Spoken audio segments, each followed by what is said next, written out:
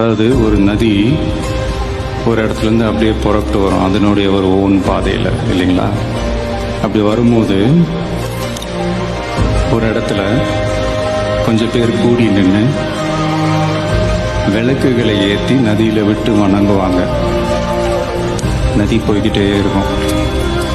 இன்னொரு இடத்துல சில பேர் பூக்களை தூக்கி நதியை வரவேற்பாங்க.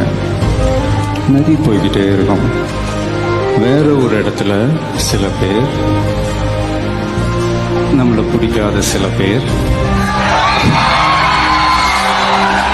நதியில கல்லெறிஞ்சு விளையாடுவாங்க. நதி பாட்டுக்கு போயிட்டே இருக்கும். அந்த நதி மாதிரி தாங்க நம்ம வாழ்க்கையிலே நம்மளை வணங்குறவங்களும் இருப்பாங்க, நம்மளை வரவேற்கிறவங்களும் இருப்பாங்க, நம்மளை எதிர்க்கிறவங்களும் இருப்பாங்க.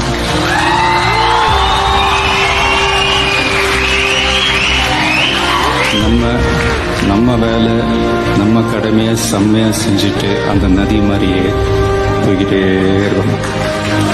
அவ்வளோதான் மேட்ரு. ரைட்டுங்களா? Kill them with your success, bury them